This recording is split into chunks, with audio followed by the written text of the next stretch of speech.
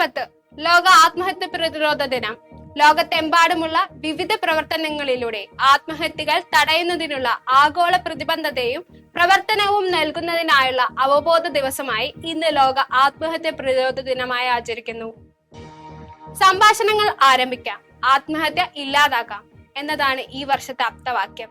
പരസ്പരമുള്ള പ്രശ്നങ്ങളും സങ്കടങ്ങളും പറഞ്ഞു തീർക്കുക. അതൊരു പരിധിവരെ ആത്മഹത്യകൾ ഇല്ലാതെയാക്കും. തുറന്ന സംസാരങ്ങൾ ആത്മഹത്യകൾ ഇല്ലാതാക്കട്ടെ. നമസ്കാരം, ഞാൻ ശ്രീലേഖ KS. നോക്കാം ഇന്നത്തെ പ്രധാന വാർത്തകൾ. മണിപ്പൂർ വിദ്യാർത്ഥി പ്രക്ഷോഭം രാജ്ഭവനിലേക്ക് കല്ലേറ്. കളക്ടറേറ്റിൽ മെയ്തേ പതാക ഉയർത്തി. കളമശ്ശേരി കാർഷികോത്സവം ആരംഭിച്ചു. സെപ്റ്റംബർ 7 മുതൽ 13 വരെയാണ് മേള. കൊൽക്കത്ത ബലാത്സംഗ കൊലക്കേസ് പ്രധാന രേഖകൾ കാണുവാനില്ല. പുതിയ റിപ്പോർട്ട് സമർപ്പിക്കാൻ ആവശ്യപ്പെട്ട് സുപ്രീം കോടതി. ഡൽഹിയിൽ എംപോക്സ് രോഗബാധ, ജാഗ്രതാ നിർദ്ദേശം നൽകി കേന്ദ്ര ആരോഗ്യ മന്ത്രാലയം. വാർത്തകൾ വിശദമായി. മണിപ്പൂരിൽ കലാപം തുടരുന്നതിനിടെ ഇംഫാൽ ഉൾപ്പെടെയുള്ള ജില്ലകളിൽ പ്രക്ഷോഭവുമായി വിദ്യാർത്ഥികൾ തെരുവിലിറങ്ങി.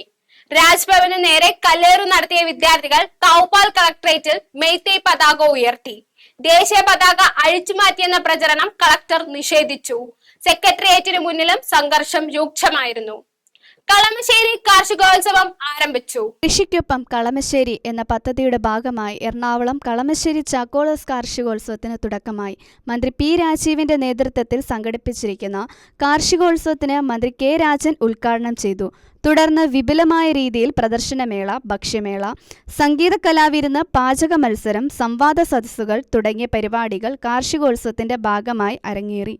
മാവേലി എത്തുന്നതിന് മുമ്പ് തന്നെ ജനങ്ങൾക്ക് ഓണസമ്മാനം നൽകാൻ സാധിച്ചുവെന്ന് മന്ത്രി കെ രാജൻ പറഞ്ഞു. കാർഷിക പ്രദർശന വിപണന മേള ഉദ്ഘാടനം ചെയ്ത് ഗായിക KS ചിത്രയായിരുന്നു. നാട് കൃഷി ഏറ്റെടുത്ത് കഴിഞ്ഞതായും തരിശായി കിടന്ന 1300 ഏക്കറിൽ കൃഷി ഇറക്കാൻ സാധിച്ചുവെന്നും ചടങ്ങിൽ അധ്യക്ഷനായിരുന്ന മന്ത്രി പി രാജീവ് പറഞ്ഞു. ചടങ്ങിൽ പത്മശ്രീ ചെറുവായിൽ രാമൻ, ഹൈബീഡൻ MP തുടങ്ങിയവരും പങ്കെടുത്തു. വ്യവസായ രംഗത്ത് കേരളത്തെ രാജ്യത്തെ 1-ാം സ്ഥാനത്ത് എത്തിച്ചതിനുള്ള ആദരമായി മന്ത്രി കെ രാജൻ മന്ത്രി പി രാജീവിനെ പൊന്നാടയണിയിച്ചു ആദരിച്ചു. 132 സദസ്സുകളാണ് കാർഷികോത്സവത്തിന്റെ ഭാഗമായി സജ്ജീകരിച്ചിരിക്കുന്നത്. Kesiya, ICJ news. Kolkata RG Kar medical കോളേജിൽ ബലാത്സംഗത്തിനിരയായി കൊല്ലപ്പെട്ട ഡോക്ടറുടെ പോസ്റ്റ്മോർട്ടത്തിന് പ്രധാന രേഖകൾ കാണാതായതിൽ ആശങ്കയറിയിച്ച് സുപ്രീം കോടതി. മൃതദേഹം പോസ്റ്റ്മോർട്ടത്തിന് കൈമാറുമ്പോൾ നൽകേണ്ട ചല്ലാൻ എവിടെയെന്ന് CBIയോട് ബംഗാൾ സർക്കാരിനോടും കോടതി ചോദിച്ചു. പെട്ടെന്നുള്ള പരിശോധനയിൽ തനിക്കത് കാണാനായില്ലെന്ന് അന്വേഷിച്ചിട്ട് അറിയിക്കാമെന്നും ബംഗാളിന് വേണ്ടി ഹാജരായ മുതിർന്ന അഭിഭാഷകൻ കപിൽ സിബൽ വ്യക്തമാക്കി. രാജ്യത്തെ എംപോക്സ് രോഗബാധ സ്ഥിരീകരിച്ച് കേന്ദ്ര ആരോഗ്യ മന്ത്രാലയം. രോഗവ്യാപനമുള്ള രാജ്യത്ത് നിന്നും കഴിഞ്ഞ ദിവസം ഇന്ത്യയിലെത്തി ആളിൽ നിന്നും രോഗലക്ഷണം കണ്ടെത്തുകയും സാമ്പിൾ പോസിറ്റീവ് ആണെന്നും കേന്ദ്രം വ്യക്തമാക്കി. ആഗോള അടിയന്തരാവസ്ഥ പ്രഖ്യാപനത്തിനിടയാക്കിയ ക്ലേഡ് 1 വകഭേദമല്ലെന്നും കേന്ദ്രം അറിയിച്ചു. കായിക വാർത്തകൾ. മലപ്പുറം FC സഹ ഉടമയായി Sanju Samson. Super league Kerala football ടീമായ മലപ്പുറം FCയുടെ സഹ ഉടമയായി സഞ്ജു സാംസൺ. സഞ്ജു ടീമിന്റെ സഹ ഉടമകളിൽ ഒരാളായി മാറിയതായി മലപ്പുറം FC ഇൻസ്റ്റഗ്രാം പേജിലൂടെയാണ് പ്രഖ്യാപിച്ചത്. കാലാവസ്ഥ വാർത്തകൾ. തിരുവനന്തപുരം, കൊല്ലം, പത്തനംതിട്ട, ഇടുക്കി, തൃശൂർ, പാലക്കാട് ജില്ലകളിൽ ഒറ്റപ്പെട്ട ഇടങ്ങളിൽ മിന്നലോട് കൂടിയ ശക്തമായ മഴയ്ക്ക് സാധ്യത.